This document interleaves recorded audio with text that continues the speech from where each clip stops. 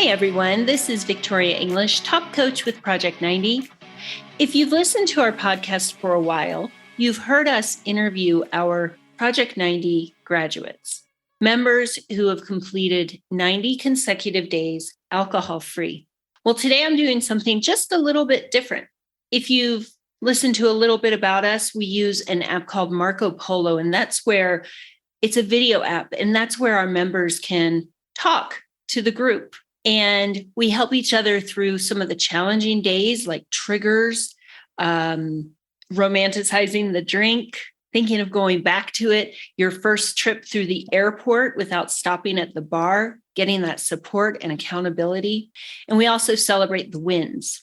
But last week, one of our members, who is on day 76 of our program, posted something that was so impactful, not just for me, but everyone in our community. And so I wanted to interview Lauren before she graduates, and I'll probably do it again in just a couple of weeks. So Lauren is here to share a little bit about her journey with our program and what she is learning and awakening to as she progresses through these 90 days. Lauren Shaw is based in Malibu, California.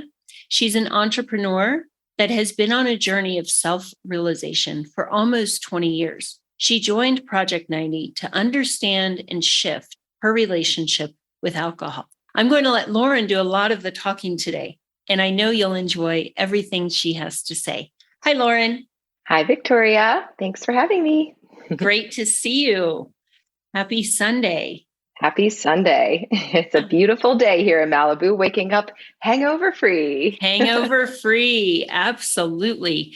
I do a Saturday morning call for our listeners. I do a Saturday morning call, and we all get on there, and everyone is just tickled pink that they're up early on a Saturday morning, having their coffee or tea with other members. And we're just all just kind of giggling. Can you believe that we woke up hangover free? It's the best feeling. Lauren. So true. Yeah. So I'm going to let you share a little bit about what brought you to our program. What has your journey been like leading up to joining Project 90 and some of the amazing realizations and changes that you're experiencing? Oh, goodness. Well, my relationship with alcohol has been a very complex one over the years. And, growing up, I was always that straight A student, and I was very high achiever. But then around my early 20s, when I was in college, I started exploring the world of meditation and spirituality and just really tapping into like something greater than us. And this division began to grow inside of me. And I felt like I had these two sides to Lauren that got further and further apart from each other, like throughout my 20s. And there was the side who was the explorer, the seeker, who, was meditating every day and reading books on spirituality and actually like learning all of these beautiful practices and feeling them and experiencing how they could impact my life. And then there was the side of Lauren who was the partier and who loved to go out and loved to dance and loved to have that wild time and those kinds of experiences. And I was really big into the music scene and going to festivals. And in my 20s, I became a hula hoop performer. I love that. Which is like this, like totally like, how the heck did that happen? Well, I was in a corporate job right after college that I really felt trapped in, and it did not feel aligned with me at all. And so I started meditating, asking for like my creative side to come through. And it just so happened that I met a girl who introduced me to hula hooping, and it just became this tool of transformation for me, and it changed my life. And it allowed me to like tap into a confidence and a deeper connection with flow and with other people and with myself. Yeah. And so I decided to become a professional hula hoop dancer and started a hula hoop company and developed high-end LED hula hoops and circus equipment. And it was this whole journey of expansion in one direction, right? Towards that entrepreneurial Yeah. side of myself and my creativity and what I'm capable of, and proving to myself that I can, right? Mm-hmm.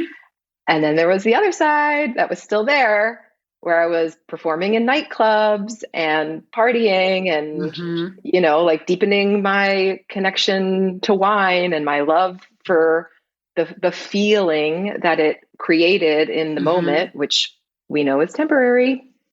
Um, so again, those like two sides to me, just they felt so different. And that difference within that gap in that space in my life, there was a lot of pain, a lot of shame, a lot of guilt, a lot of frustration and sadness, a lot of like really like a lack of clarity and misunderstanding. Like I just didn't understand Mm-hmm. why, and it's like, why do I have that propensity to, Mm-hmm. like the addiction, the habit to like fill something. Mm-hmm. But at the same time, I have been deepening my connection to spirit and source and myself, right? So it was like Yeah. so confusing for a long Cognitive time. dissonance. Cognitive dissonance. For our listeners, I invite you to just take a moment and think about that. What Lauren just described, those two sides, two distinct versions of the same person. And how is that possible? There's a difference between being a multifaceted individual and feeling as if you are living two separate lives. And so if you are struggling with your drinking, I imagine that you can relate to what Lauren just said. I certainly do. There was Victoria, the mother of four, room mom, carpool, exercise fanatic, good Christian. And then there was Victoria, well, that one, Mm. that Victoria.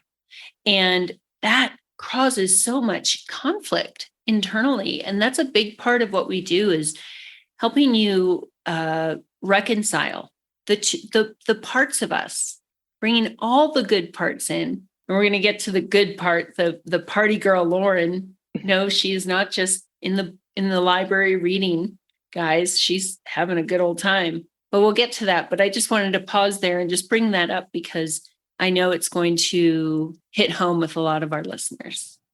So then what? So, so then, I built this business, and I had it for over a decade. It was wonderful. At that time, I moved from the East Coast out to the West Coast to like really pursue it, and became a part of other communities out here that really also were very aligned with like the party atmosphere. Mm-hmm. But out here, it was interesting too, because I felt like in California, there's a lot of people accomplishing a lot of things. And I've, been really blessed to be surrounded by such incredible humans out here that are incredibly talented and Mm-hmm. really achieving a lot.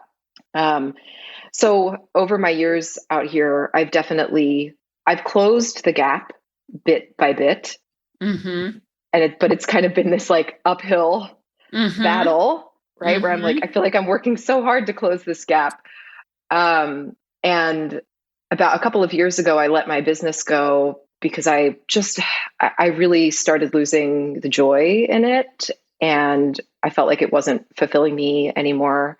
And I just knew that it was time for my next chapter. And so I took some time to really explore what I wanted next in my life, and really got clear that, I knew I really was ready to create a life of freedom for myself, and a lifestyle where I had a lot of choice over what it looked like. And so over the past couple of years, I've been going down that path, and my relationship with alcohol started to shift. And then when Mm-hmm. COVID hit, the wine kind of like crept back in. It was like maybe 3 days a week, then 4 days a week, and then sometimes 5 days a week. Even if it was just like one or two glasses, on a weeknight, there was this like voice, this knowing that it was dampening my light. Mm-hmm. And it was just like this slow suck, the slow drain of Yeah. my vitality and what I'm capable of achieving. Mm-hmm. And it's like, I think the deeper I got into meditation practices and I started doing a lot of work with like Joe Dispenza's meditation, the clearer I started to like hear that voice, and it was getting louder and louder and louder. Yes. And I was just really every day doing this meditation where I was visualizing my future self that I was really ready to step into. Mm-hmm. And I got a very, very clear message after doing that meditation for a few weeks, letting me know that alcohol was the main thing standing in the way of where I am right now, and Mm-hmm. me getting to that future version of myself that I knew I was ready and excited, like amped to step into. Yeah. So, okay. So then I come to that realization and I'm like, yep, okay, I know this is truth. I can feel it in my bones. And then I got really uncomfortable Yes, you because, did. I remember that's around the time you and I connected. yeah, Uh-huh. yeah. I I talked to you, I think it was maybe on a Friday, Thursday or Friday, and then I went out to Joshua Tree with a friend of mine who has been alcohol free for 7 years with the intention to get out into the desert, to clear my mind, and to really feel into if I wanted to commit and invest my Mhm. time right into P90. And by the end of the weekend, I was on the drive home and I was listening to this podcast, and this huge ball of fear just filled within my gut. I've never felt anything like it before. And it happened when I like fully in my heart felt the clear, yes, I need to do this. I need to do this for myself, for my future self, for everyone that I know I can impact in the world. Mhm. And so this ball of fear is that like all those years of that alcohol, connection and dependency saying like, no, no, I don't want to go. I'm melting. And I honestly, I couldn't even speak. Wow. That's how like intense it was. And my friend was in the car next to me and I was trying to tell him, I'm going to do it. And I literally could not speak the words. There was so much fear filling my body. And I finally like cracked a sound and I was like, I'm going to do it. I'm going to do it. And I started crying and I was just like Mhm. flooded with emotion. And I was like, wow, the fact that I am feeling this way just tells me so clearly that Mm. I must do this and I must do this right now. Mm. And that was, yeah, that was a little over 2.5 months ago. Mhm. And I'm so proud of myself that I made that decision, and then the second that I decided, like all of that melted away. And I just knew that I was in the right place and I knew that I had the right support and the Mhm. right community, which it has been so incredible and instrumental in this like deep, powerful shift. Yes. And I've been doing a lot of these like meditations with Joe Dispenza alongside of this journey, as we've talked Mhm. about. And I've had just great realizations and understandings that have come through. And this journey, it's not all daisies and rainbows and Right. Right. and we were talking about this earlier, Victoria, but my first month was almost like a high because I was like, oh my God, I feel so great. Like I have all this clarity. My work is improving. Like my work skyrocketed. My results Mhm. skyrocketed that first month. Sleeping better, feeling like I had so much free time. Yeah. And so that whole month it was so incredible. And then the second month Mm. was a little bit different. It was Yes. way more challenging for me. Yes. The sophomore slump, we call it. And I was trying to figure out like why, like what happened, why can't I just keep riding this, this train up the hill? And I started to realize with all of that space that I had like newly created, that new Mhm. clarity, that more time that you give back Mhm. to yourself, Mhm. I filled it with stuff. Ah. I filled it with a lot of stuff and stuff that, is all healthy, amazing things. But I realized that I then really like overwhelmed my system. That makes a lot of sense. Yes. We talk about that in the program, how when we release alcohol, I don't say give up because we're not giving up anything. We're releasing alcohol. And it creates a space, and it can be that is where the second month can get uncomfortable, because we encourage you to not fill that space with all the other stuff. It's especially in our program, because we work with such high achieving, driven individuals. Isn't it just totally their nature that all of you guys set off on this quest to fill the space? And so we talk about the space between releasing the alcohol and inviting in all the things that you truly need, instead of just filling with stuff. So I saw you experience the discomfort. And how do you think being in Project 90 during that slumpy second month, how do you think that impacted the trajectory of your journey? What if you'd just been going through that by yourself? Going through it by myself, I think would have been a completely different story, because I have gone through that by myself in the past, when I've tried to not drink for weeks or months at a time. So yeah, I've tried it by myself on my own. And that's typically when I would have just been like, all right, I went long enough. Yes.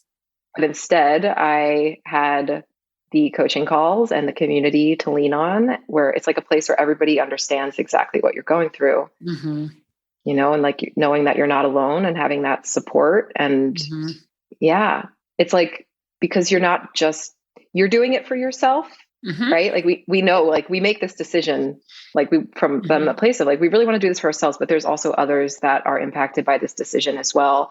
And like our deeper, like a deep why, and that connection to loved ones in our lives, or the impact that we want to make. And, I was able to like get the support that I needed, and then really like move through it, because it's just like a season, right? It's just like a season. It changes, it shifts. And I really, I removed certain things that I gave myself more space back to do, like the deep healing and the deep work and the understanding and just being present. And that's when I think like one of the biggest shifts came, which is really what inspired this conversation today, which was really having this realization between pleasure and joy. Yes. Hi, this is James Swanwick, and we're taking applications for our 90-day and 1-year stop drinking programs. Clients are mostly executives, entrepreneurs, and investors who have tried unsuccessfully and repeatedly to stop drinking but remain stuck in a frustrating cycle of stop-start, stop-start. Our programs are not AA, which has a reported 7% success rate. Our programs are not rehab, which has a reported 6% success rate. Our 90-day and 1-year programs involve a safe, fun, virtual community of high achievers with a process that boasts an incredible 92% success rate of clients reaching at least 90 consecutive days alcohol-free. We use the latest neuroscience and personal development processes to help rewire clients' brains around alcohol and minimize its importance in their lives. We will show you how to powerfully socialize with friends, family, and colleagues, what to say and how to say it so people don't mistakenly think that you're an alcoholic or have a problem, and how to eliminate the temptation of returning to constant drinking so you can finally break the stop-start cycle. To ensure client success, Project 90 can only accept 15 new clients each month. Some of those happy clients include John Keltner from California, who said, "I've lost 10 pounds." Susie Vaughn, a real estate broker in Tennessee, who said, "I've generated 20% more leads." Jessica Gaines-Jarbo from Kentucky, who says, "I've now got joy, focus, presence, and clarity." And Joe Worley from Michigan, who says, "My wife has the real Joe back."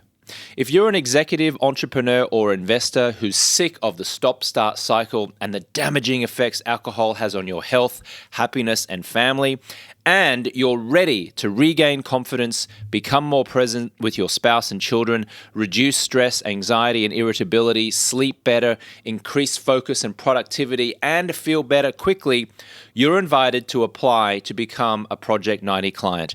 Applicants can apply for an introductory interview by visiting alcoholfreelifestyle.com/project90.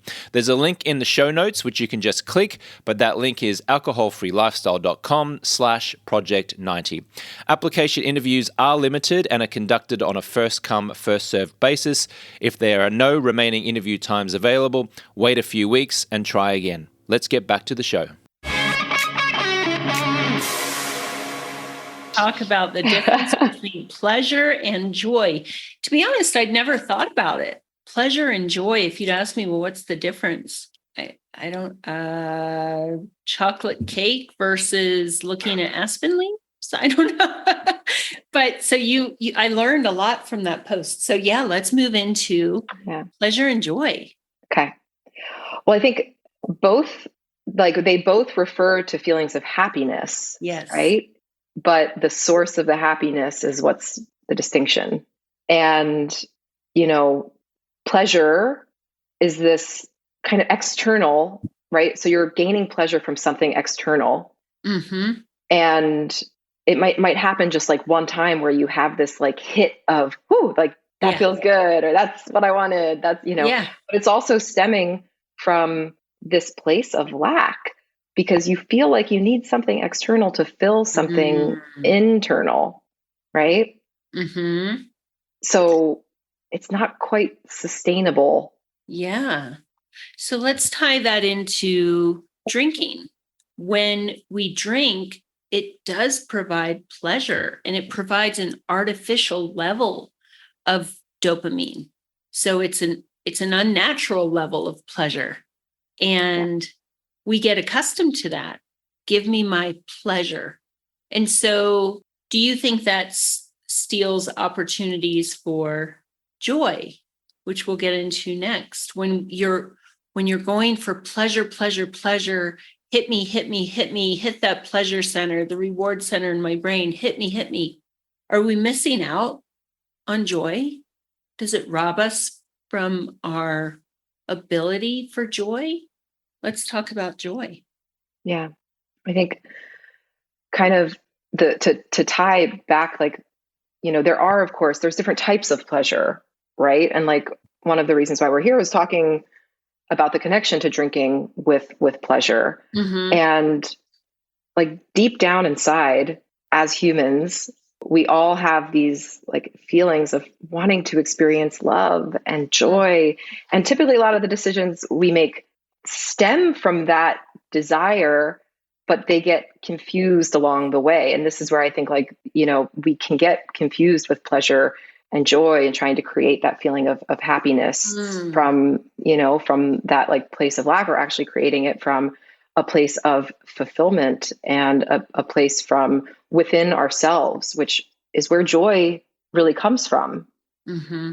And joy, it comes from a place of wholeness, right? And that's really the difference. And joy is something that is sustainable because it comes from within ourselves. Right.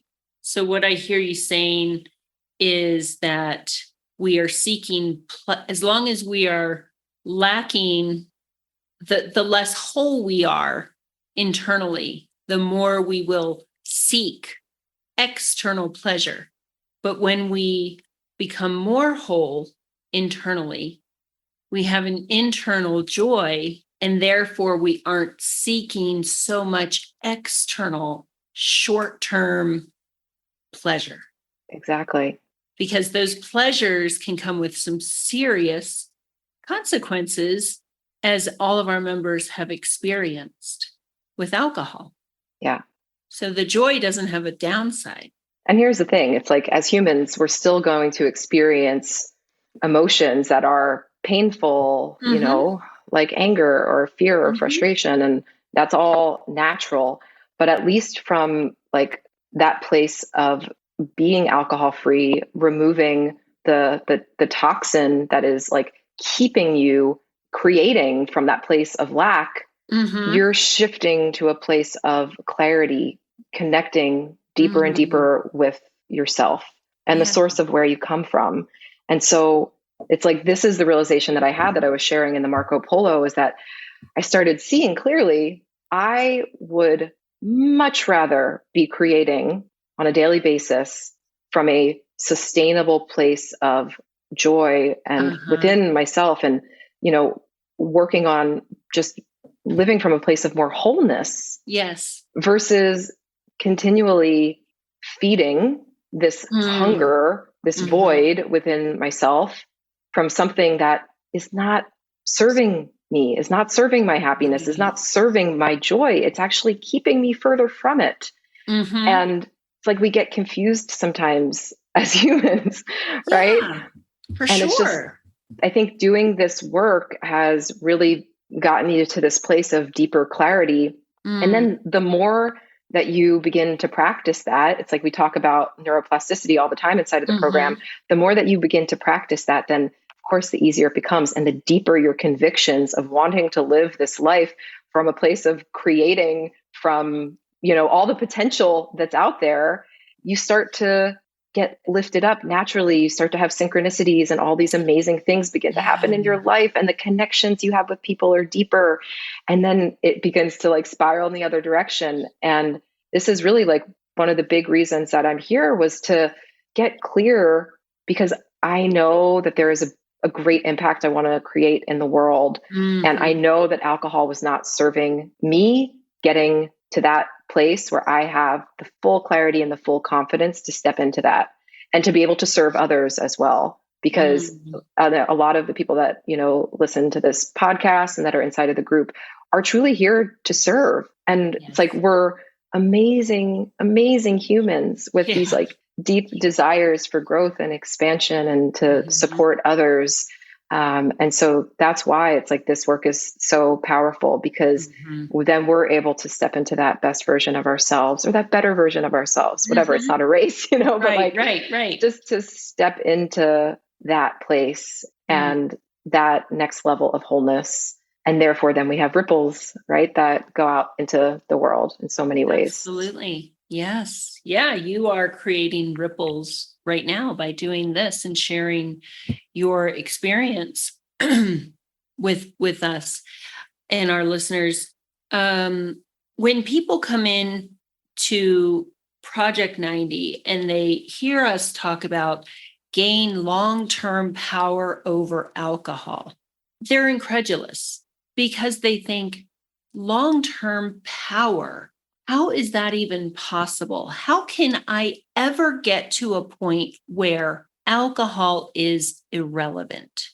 It sounds impossible. And I remember being in that situation, because I had stopped drinking in the past, but truthfully, I still wanted to drink. I just wasn't drinking. Right. And so what you just talked about, the neuroplasticity, returning to yourself and tapping into your own potential and joy, removing those things that are blocking you from really returning to yourself and becoming whole. When that begins to happen, and that's the work we're doing in Project 90, when that happens, alcohol becomes small and irrelevant. Would you agree with that?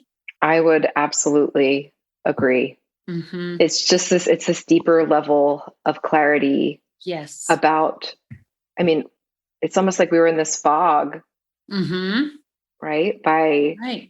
And there's a lot of factors that contribute to that fog, but this program, it's really getting the clarity around that. Yes. And becoming bigger. It's like you build an awareness around it. You become the observer of it. And then you can remove yourself from it and look back with clear eyes. Yes. And say, wow, I see now. Like, I see exactly what my relationship has been with it. And I see why. And I see the power that it had over me and over my life.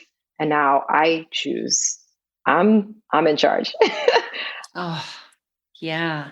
We take away alcohol's voting power. It doesn't have a say in how we live our lives. And eventually it just becomes insignificant. Yeah. And I think it's so important to then fill your cup, right? I was talking with a friend about this yesterday. Like fill your cup so that it overflows from things that bring you joy and that true happiness, so that you can then create and serve from that place of abundance instead of from a Yes. place of lack. The feeling, that lack is like where the external is determining your existence, but we're like, Bingo. no, I am the creator and I have a choice. I could Yes. either live from these patterns of the past that have kept me in these cycles of pain, or I can do the work to become aware and now live from the place of actually, creating my future. Creating your future. I'm just thinking back to so many of our members, and I would tell them that you will now create your future. And it seems so far away, so like a dream they can't even imagine. And that's why I brought you on at day 76, to demonstrate that this is a paradigm shift on every level of life. It's we put down that bottle, and it's the magic that occurs when that bottle is thrown away. But it is incredible what can happen in such a short time. So for our listeners, think back to 76 days ago. What was 76 days ago? I'm going to Google it right now. May 30th. May 30th was 76 days ago. So to our listeners, think back to 76 days ago. It was like yesterday. I probably have stuff, that I still need to put away, something that I put down in the basement on May 30th that's just been sitting there, but I haven't gotten around to it because I just put it down there. That's how fast time goes. But in that amount of time, you've had this incredible awakening. Yeah. I heard something recently. It's like, okay, well, if you give yourself a year to do something, it will take you a year. If you give yourself 90 days to do something, it will take you 90 days, right? If you give yourself 30 days to do something, it will take you 30 days. And of course, there was this part of me that was like, oh, maybe I'll wait until the fall to do this. It's summertime, and then I got a sign. I asked for a sign. I got a sign that said, do it now. Don't wait. Yes. Do it right now. So for our listeners, if any of this resonates with you, here's your sign. Here is your sign. So before we wind up, talking about Lauren and her party girl side, and the side that loves to connect with music and fun and people and all the things. What are you doing? What's next? Where are you off to? Well, I'm off to Burning Man. Burning Man sober. Woo! Day 90. Isn't that just something else? Yeah. Wow. So if you're listening to this and you're thinking, well, I can't go to that wedding that's coming up and not drink. I can't go to the guy's fishing trip. I can't go to the club and play golf. Yeah, you can. Here is Lauren going to Burning Man. I can't wait to hear about your experience. I think the next interview I do with you after you graduate and go off to Burning Man needs to be about that, because that is quite a testament to knowing that we can do anything we want alcohol-free. Yeah. And the level and the depth of the connection and clarity and inspiration that I know will come from it was going to be so much greater. Yes. Is it scary? Yep. Mm-hmm. Yeah, it's scary. I'm not going to lie. That's a big thing. Yeah. Is there going to be temptation? Of course. There's going to be temptation. Yep. Yeah. And that's okay. It is okay. right? Because it's like alcohol is now that small little voice, and I am the one that gets to choose. So exactly. And I think what you just said is that's the thing, because now you get to choose. It doesn't mean the world is going to bend because you've stopped drinking. The world doesn't change. Your world has changed. You have changed. And so, yes, there will be temptations, and you have a choice. Instead of alcohol saying, well, hell yeah, we're doing that. It's wonderful. Well, Lauren, thank you so much for being here. Luckily, I still have at least 14 days with you in the program, and then beyond 90 will be coming up after that for you, I hope. But I love how you articulate your awakenings, and I thank you and your reflections, all of it. And I thank you for sharing it with me, with our Project 90 community, and with every listener today. Thank you, Victoria, and thank you for your service here to so many people that need your support. It's really important work that you're doing. So thank you. Thank you.